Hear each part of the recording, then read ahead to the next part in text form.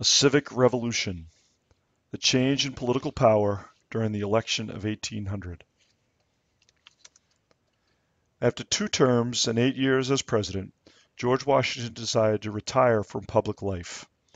He did not want to be seen as a king or ruler for life, and decided instead to walk away quietly. In his farewell address, he offered advice to the nation that including trying to avoid political parties and entangling alliances with foreign nations. Washington's advice had already gone for nothing because the country was divided between Alexander Hamilton's Federalists and Thomas Jefferson's Democratic Republicans.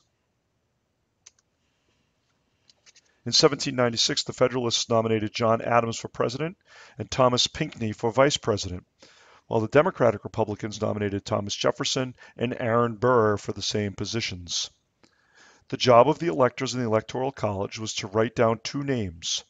The person who received the most votes would be president, second most would be vice president. There was no mention of political parties because they did not exist as the Constitution was being written. So when John Adams, the Federalist, received the most electoral votes, he became president. And when Thomas Jefferson received the second most votes, he became vice president. As far as the Constitution was concerned, the system worked. But as far as the country was concerned, it was going to be an interesting 4 years.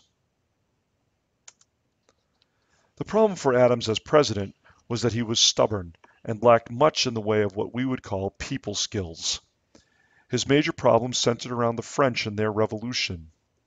Many of the French revolutionaries believed that the United States should be aiding their cause because, after all, the United States would not have won their independence without the help of the French.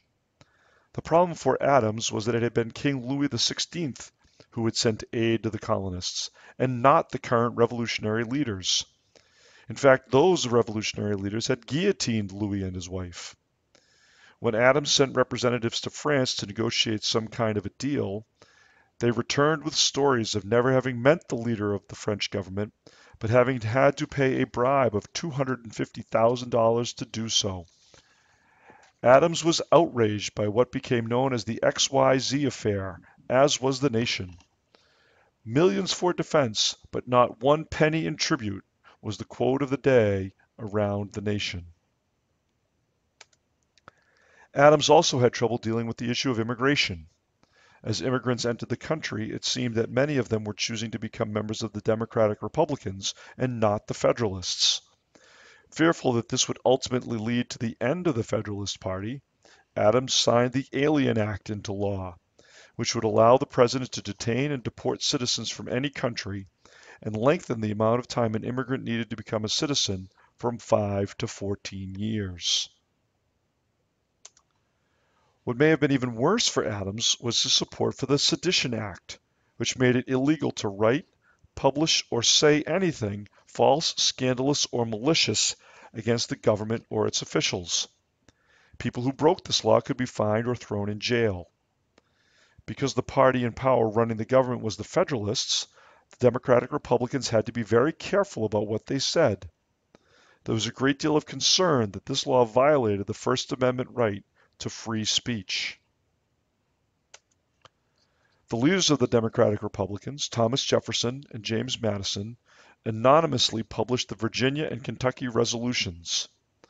These resolutions stated that if the states disagreed with a law passed by Congress, they should have the power to declare that law null and void in their state, meaning that law would not be enforced in their state.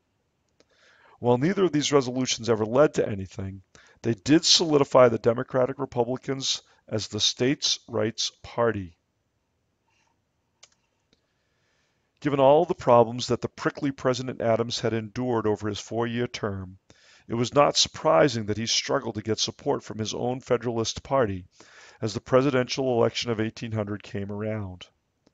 Thomas Jefferson and Aaron Burr were again nominated by the Democratic Republicans. But when the Electoral College voted, both men received the same number of votes, even though Jefferson was supposed to be the president. This meant that the election went to the House of Representatives, where the Federalists were still in control. In this scenario, each state gets only 1 vote, but the election still remained tied after a number of votes. Alexander Hamilton decided that Jefferson would be less of a threat to the nation than Burr, and was able to convince many Federalists to vote for Jefferson. On March 4, 1801, Federalist President John Adams turned over the executive branch to Democratic Republican Thomas Jefferson without the spilling of blood or a shot being fired, beginning a tradition of transferring power from one party to another peacefully.